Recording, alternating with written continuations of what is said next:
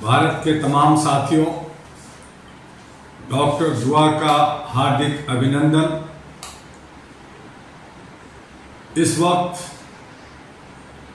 ज़रूरत है कि ATV अहरा को ज़्यादा से ज़्यादा आप लोग सब्सक्राइब करें, लाइक करें, फॉरवर्ड करें, ज्वाइन करें, ताकि आप अहरा और NP के राष्ट्रीय अध्यक्ष के वक्तव्य को सुन सकें, जान सकें कि हमारी क्या सोच है, क्या करना चाहते हैं और हमारे लोग क्या कर रहे हैं।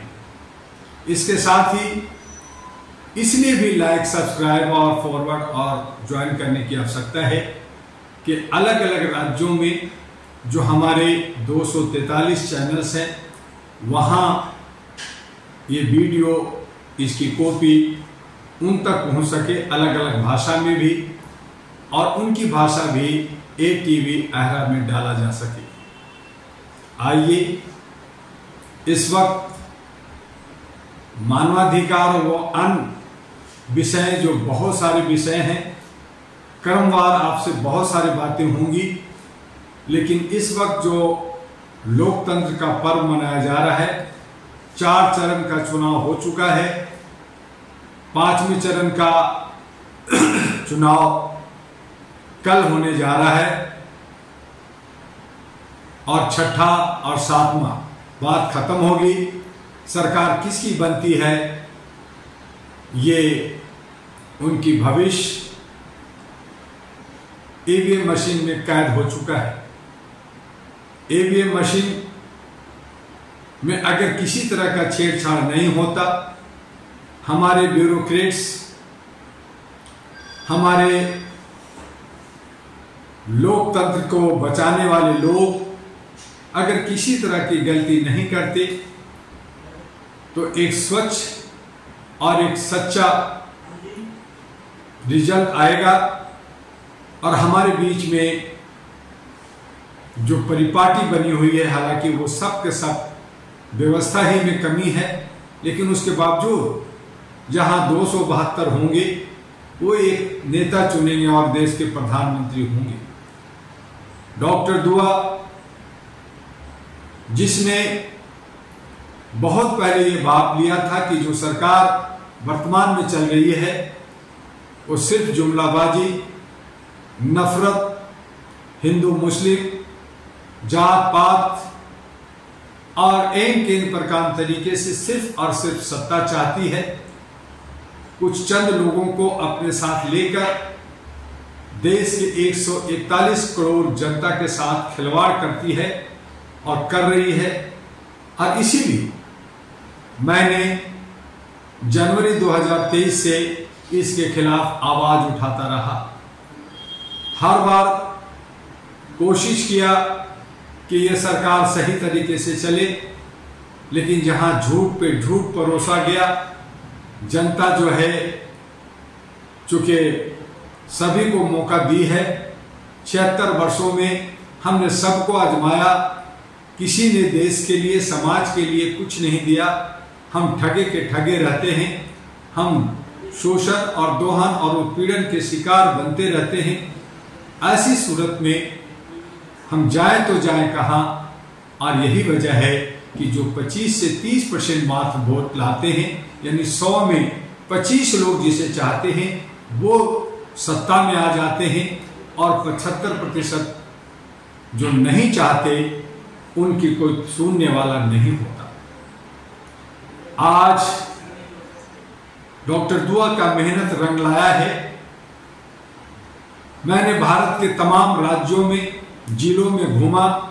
मुझे किसी पार्टी के साथ जुड़ना या किसी के गुलामी करना, किसी के दरवाजे पे खड़ा रहना मुझे बचपन से नागवार लगा है।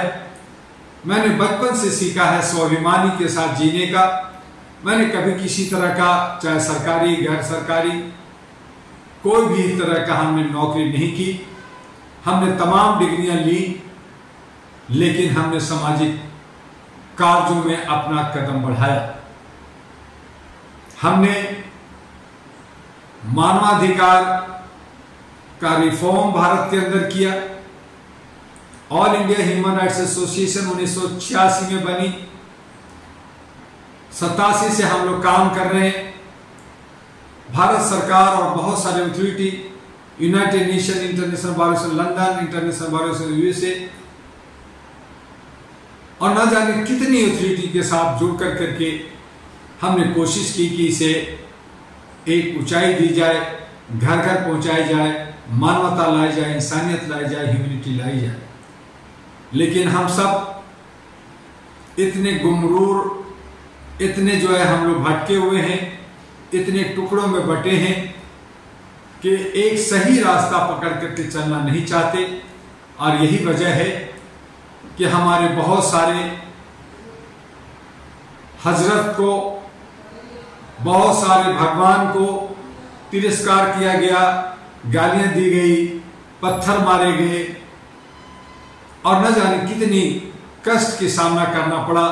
आज हम भारत को राममय बनाना चाहते हैं, लेकिन उसी राम भगवान को 14 साल का वनवास भी हमारे ही लोगों के राजाओं ने, लोगों ने दिया। जनता जो सामने होता है उस पर खुश होती है और अगर वो दूर होती है तो उस पर खामोश होती है। आज कमोबेश नेताओं के साथ भी हो रहा है। 500 नेता आसपास जेलों में हैं, कुछ न कुछ गलतियां भी किए हैं, कानून के दायरे में आए हैं। उन्हें सुधारने की जरूरत है, उन्हें समझने की जरूरत है। और 141 करोड़ में जो 65 करोड़ की युवा युवती हैं, उनमें से अच्छे सच्चे लोगों को सामाजिक कार्य करते हुए देश हित में आगे बढ़ना चाहिए। अहरा नेशनल पार्टी इसी उद्देश्य से बनाया गया। All India human rights national party ANP इसी उद्देश्य से बनाया गया कि हम सब मानवीय मूल्यों के लिए, मानवता के लिए, ह्यूमन राइट्स के लिए काम करेंगे। इसमें जात पात, ऊंच नीच, भेदभाव नहीं होगा और इसी पे हम लोग आगे बढ़ रहे हैं। आज वर्तमान सरकार निरंकुश, तानाशाह, हिटलरगिरी, झूठ को जो परोस रहा है, उसमें जो मैंने एनालिसिस किया, मैंने जो कहा कि भाजपा हराओ, देश बचाओ, संविधान बचाओ, उसमें मैं सफल हो रहा हूं। मेरी जीत निश्चित है और बीजेपी 200, 210, 220 के आसपास सिमट रही है। यानी ये कहें कि भाजपा का नैया डूब रहा है। अब सवाल ये उठता है कि अगर मोदी जी प्रधानमंत्री नहीं होंगे, भाजपा हारेगी और इंडिया गठबंधन आएगी तो सरकार किसका होगा, प्रधानमंत्री कौन होगा?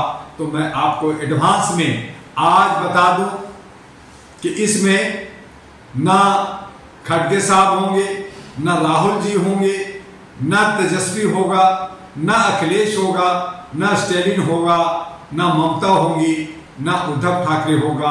अगर देश का प्रधानमंत्री बनेगा तो एक ममता बनर्जी जो चाहे बाहर से सपोर्ट करे, चाहे अंदर से सपोर्ट करे, इंडिया गठबंधन में आएंगी और वो 42 में करीब करीब 30 सीट जीतने जा रही हैं।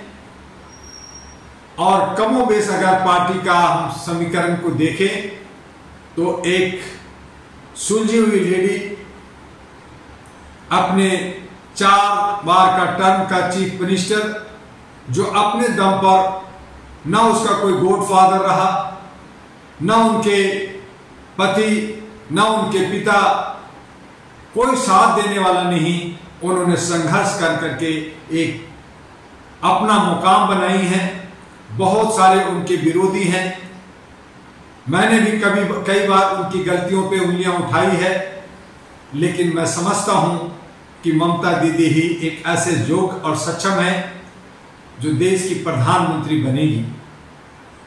आइए, देश को इंदिरा गांधी के बाद फिर से देश को एक महिला प्रधानमंत्री मिलने जा रहा है। ये सारे लोग, कांग्रेस जो 52 सीट था, 100 के करीब आसपास या इसके नीचे रहेंगे। बाकी लोग भी उसी तरह से कमोबेश हैं। और ऐसे हालत में बिना ममता के सहयोग और सपोर्ट के इंडिया गठबंधन सरकार नहीं बना सकती।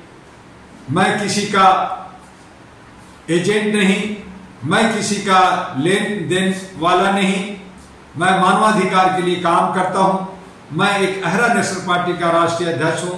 मेरे खुद का नेशनल ग्रीन अलायंस राष्ट्रीय महागठबंधन है। 243 मीडिया, सोशल मीडिया का हब को चलाता हूं। ATV अहरा के साथ आपके साथ संबंध रखता हूं और इसके साथ साथ भारत के 36 राज्यों में और भारत से बाहर 14 से 15 देशों में लगातार हम लोग काम कर रहे हैं। आइए अहरा और ANP के साथ कंधे से कंधे मिलाकर मानवता को स्थापित करने के लिए, भाईचारा बनाने के लिए, देश के लोकतंत्र को बचाने के लिए, संविधान को बचाने के लिए अलग अलग कुनबे में न बंटकर, अपना ईगो को छोड़कर, अपने अहम को छोड़कर, और जो लोग अलग अलग मानवाधिकार पे 2000 से ज्यादा संस्थाएं, बहुत सारे जात पात पे संस्थाएं, बहुत सारे जात पात पर पार्टियां बना करके जो घूम रहे हैं, उन सब को खत्म करें और सिर्फ अहरा नेशनल पार्टी ANP के साथ जुड़कर करके आने वाले कश्मीर, दिल्ली, बिहार, कर्नाटक, केरला, नॉर्थ ईस्ट, हरियाणा, झारखंड और बिहार में हम लोग विधानसभा का लड़ाई लड़ने जा रहे हैं।